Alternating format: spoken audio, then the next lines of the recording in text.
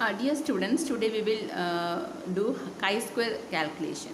Before going to the details, if you have not subscribed, please subscribe the channel for more problems and solutions. Let us see what a chi-square is.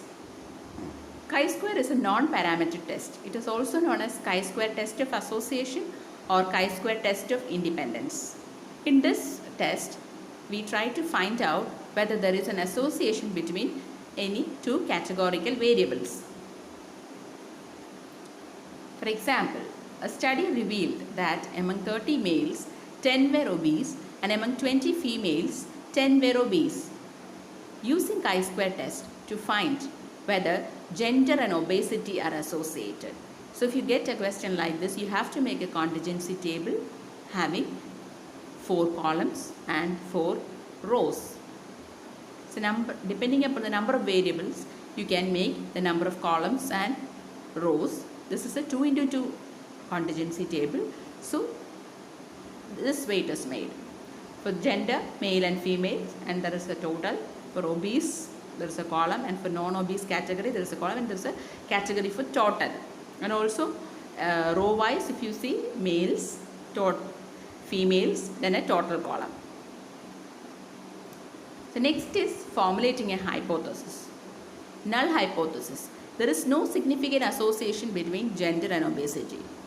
And the alternative hypothesis is there is significant association between gender and obesity. The level of significance will be tested at 0.05 level of significance.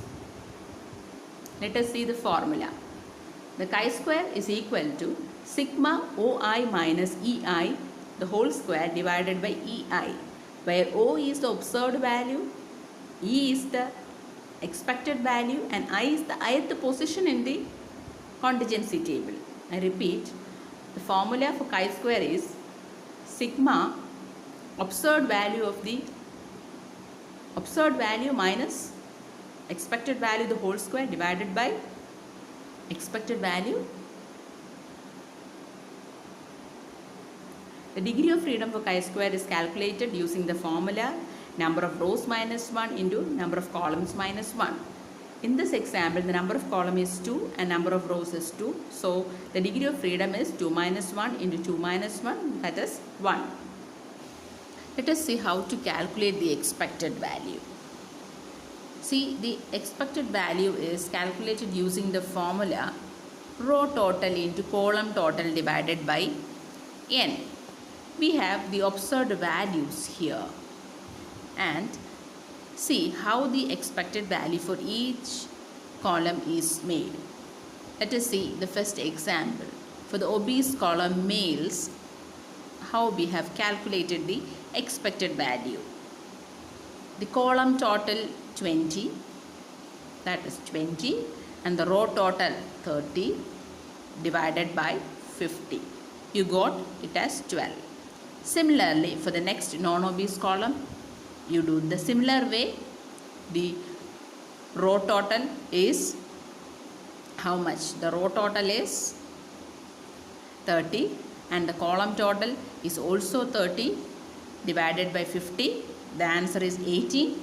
And for female obese column, 20 into 20 divided by 50. You got the answer as 8. And again for the non-obese column, 30 into 20 divided by 50, that is equal to 12. So now you have the observed value and the expected value. Now you will substitute these values in the formula. So in the chi-square, what all components we need? We need an expected value, we need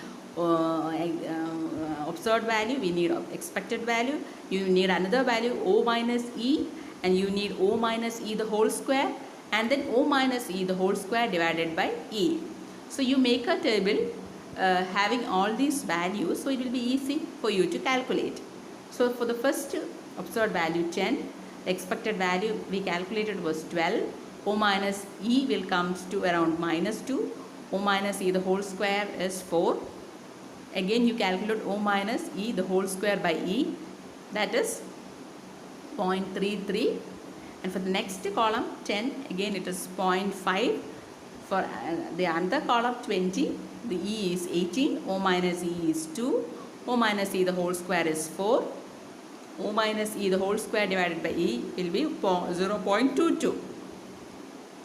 And the another column 10, the E was 12, O minus E is 2, O minus E the whole square is 4, the O minus E the whole square by E is 0.33.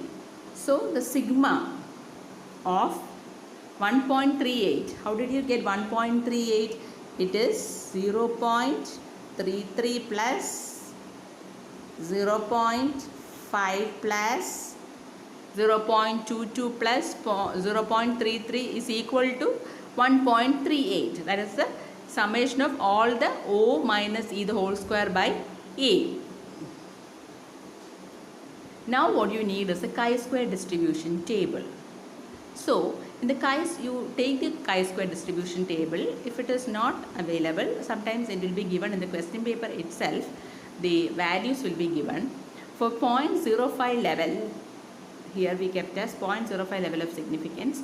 So in the point here you can find there are so many columns in the upper side. There is a level of significance they have given 0.05, 0.01, 0.001. And the degrees of freedom are given like this here. So you have to find out where your value of interest lies. Our value is, the level of significance is 0.05 and the level of significance is 1. So here the value is, here it comes, it's not so visible, it is 3.8 at 0.05 level of significance and degree of freedom 1, the value is 3.8. So here the table value is 3.8 at 0.05 level of significance, at degree of freedom 1. So the calculated value which we have calculated is 1.38. So what is the interpretation? If in this example, the calculated value is less than the table value. According to rule of thumb, if the calculated value is more than the table value, what we do? We reject the null hypothesis and accept the alternative hypothesis. So in this example, since the calculated value is less than the table value, we accept the null hypothesis.